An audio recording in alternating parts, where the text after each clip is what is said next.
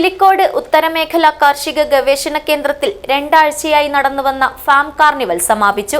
പിലിക്കോടിന്റെ കൃഷിയുത്സവമായി മാറിയ കാർണിവലിന്റെ സമാപന സമ്മേളനം പിലിക്കോട് ഗ്രാമപഞ്ചായത്ത് പ്രസിഡന്റ് ഇ കുഞ്ഞിരാമൻ ഉദ്ഘാടനം ചെയ്തു.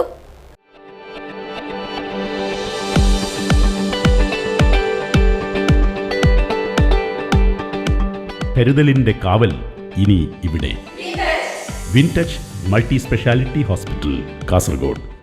കൃഷിയിലെ പുത്തനറിവുകൾ പകരുന്നതിനൊപ്പം പുതിയ തലമുറയെ കൃഷിയിലേക്ക് ആകർഷിക്കുക എന്ന ലക്ഷ്യത്തോടെ സംഘടിപ്പിച്ച ഫാം കാർണിവലിന്റെ ഭാഗമായി നിരവധി വിനോദ വിജ്ഞാന പരിപാടികളും 15 ദിവസങ്ങളിലായി നടന്നു.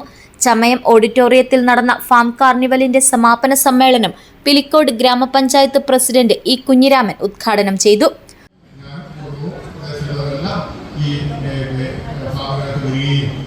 കാർഷിക സാധനങ്ങൾ വാങ്ങിക്കുകയും അതെല്ലാം ഇപ്പോഴുണ്ട്, വാങ്ങിക്കുകയും വളർത്തുകയെല്ലാം ചെയ്തിട്ടുണ്ടായിരുന്നതാണ്.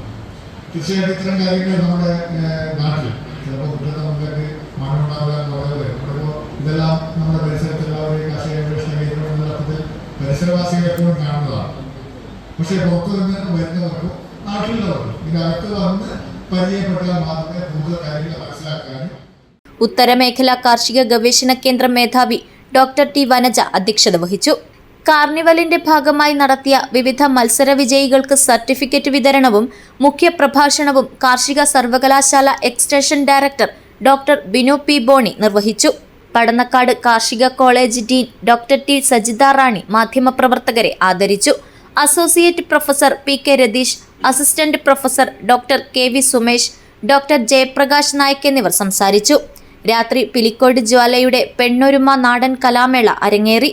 News bureau, Cheruvathur.